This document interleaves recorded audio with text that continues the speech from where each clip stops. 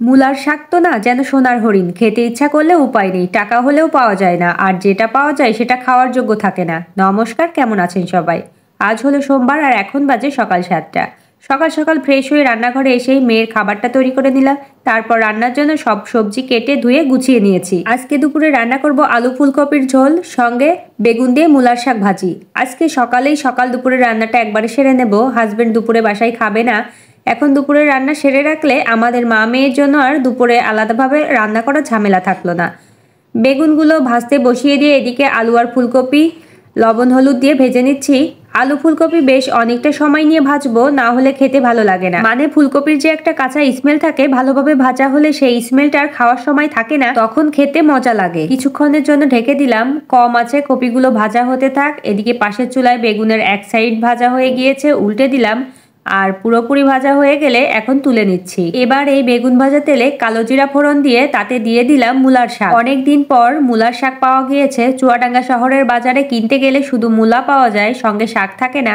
মাঝে মধ্যে অল্প কিছু থাকলেও পাকা আর পচা। হয়তো গ্রামের বাজারগুলোতে পাওয়া যেতে পারে, তবে গত শুক্রবারে বাজার করতে গিয়ে এই শাকগুলো পেয়েছে। মূলার সঙ্গেই ছিল আবার খুব কচিও। মাঝে মধ্যে মনে হয় মূলার শাক তো না যেন সোনার হরিণ। মূলার শাক বেগুন দিয়ে ভাজি করলে কিন্তু খেতে অনেক ভালো লাগে।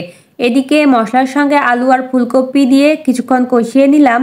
আর কষানো হয়ে গেলে দিয়ে দিচ্ছি গরম জল। জলের পরিমাণটা মোটামুটি দিলাম, কারণ ফুলকপির ঝোল গা মাখা করে রান্না করলেই খেতে ভালো লাগে। তাছাড়া শীতের দিনে তরকারিগুলো ঠান্ডা হওয়ার পরে আরো বেশি ঘন হয়ে যায়। এখন মূলার শাকের সঙ্গে ভাজা বেগুনগুলো দিয়ে ভালোভাবে মিশিয়ে নিলাম।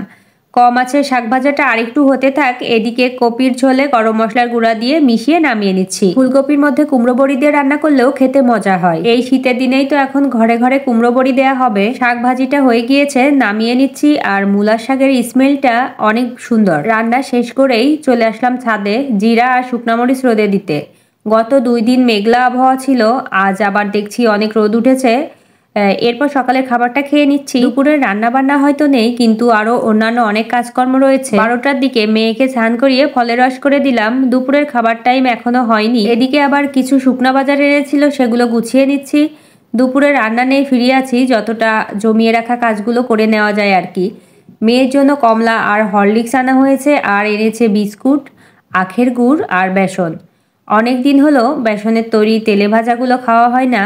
আনতে বলবো মনেই থাকে না। গতকাল রাতে দেখি মেয়ের বাবা নিজেই মনে করে নিয়ে এসেছে। এই জিনিসগুলো ঠিকঠাক ভাবে রেখেই ছাদে গিয়েছিলাম, আর ছাদে গিয়ে দেখি জিরা শুকনো মরিচগুলো মচমচে হয়ে গিয়েছে, তাই নিয়ে আসলাম। জিরাগুলো গরম অবস্থাতেই কৌটায় তুলে রেখে শুকনো মরিচগুলোর বোটা ছাড়িয়ে এখন কৌটায় রেখে দিলাম। সময় করে মশলাগুলো তৈরি করে নিতে হবে, কারণ সব ধরনের মশলাই প্রায় শেষের দিকে।